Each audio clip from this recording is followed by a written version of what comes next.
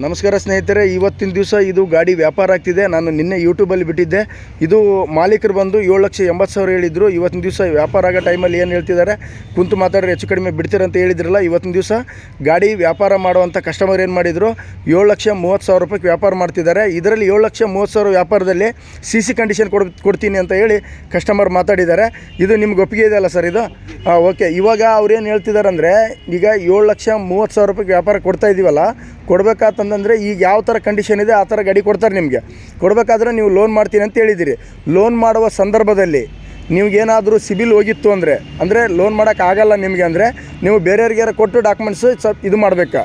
ಇಲ್ಲ ಅಂತಂದರೆ ಯಾವುದಕ್ಕೂ ನಿಮಗೆ ಕೊಟ್ಟಿರೋ ಅಡ್ವಾನ್ಸ್ ಇರುತ್ತಲ್ಲ, ಆ ಅಡ್ವಾನ್ಸ್ ಅಮೌಂಟ್ ನಿಮ್ಗೆ ವಾಪಸ್ ಮರಳಿ ಸಿಗೋಲ್ಲ. ಇದೊಂದು ಮೈಂಡಲ್ಲಿರಲಿ. ಇದು ನಿಮ್ಗೆ ಗೊತ್ತಿದೆ ಕರೆಕ್ಟಾ? ಇವಾಗ CC ಕಂಡೀಷನ್ ಕೊಡ್ತೀವಿ ಸರ್. ಫ್ರೆಶ್ ಇನ್ಶೂರೆನ್ಸ್ ಹಾಕ್ತೀರಿ, CC ಕಂಡೀಷನ್ ಕೊಡ್ತೀರಾ ಸರ್? ಓಕೆ. ಮತ್ತೊಂದು ಸಲ ಹೇಳ್ತಿದ್ದೀನಿ, ಇವತ್ತಿನ ದಿವಸ ಇದು ವ್ಯಾಪಾರ ಆಗ್ತಿದೆಯಲ್ಲ, ಇವತ್ತು ಅವರಿಗೆ ಸಮ್ಮತಿ ಇದೆ. ಇವತ್ತು ಅವರು ಅಡ್ವಾನ್ಸಾಗಿ ಎಷ್ಟು ಕೊಡಕತ್ತೀರಿ ಸರ್ ನೀವು? 10,000 ಅಡ್ವಾನ್ಸ್ ಕೊಡ್ತಾರೆ. ಫೋನ್ಪೇ ಮಾಡ್ತೀರಾ, ಕ್ಯಾಶ್ ಕೊಡ್ತೀರಾ? ಫೋನ್ಪೇ ಮಾಡ್ತೀರಿ. ಫೋನ್ಪೇ ಮಾಡಿದ ಸ್ಕ್ರೀನ್ಶಾಟ್ ನಮಗೆ ಹಾಕ್ಬೇಕಾ? ನೀವು ಮತ್ತೊಂದು ಸರಿ ಹೇಳ್ತಿದ್ದೀನಿ, ಇವತ್ತಿನ ದಿವಸ ವ್ಯವಹಾರ ಆಗ್ತಿದೆಯಲ್ಲ, ವ್ಯವಹಾರ ಆದಮೇಲೆ ನಮ್ಮಲ್ಲಿ ಉಳಿದಿರೋದೇ 3 ದಿವಸ ಉಳಿದಿರುತ್ತೆ. 3 ದಿವಸದಲ್ಲೇ ನೀವು ಡಾಕ್ಯುಮೆಂಟ್ಸ್ ಎಲ್ಲ ಚೊಕ್ಕಾಗಿ ಕೊಟ್ಕೊಂಡು ಎಲ್ಲ ಕ್ಲಿಯರ್ ಮಾಡ್ಕೊಂಬಿಡ್ಬೇಕು ಲೋನಿಂದ.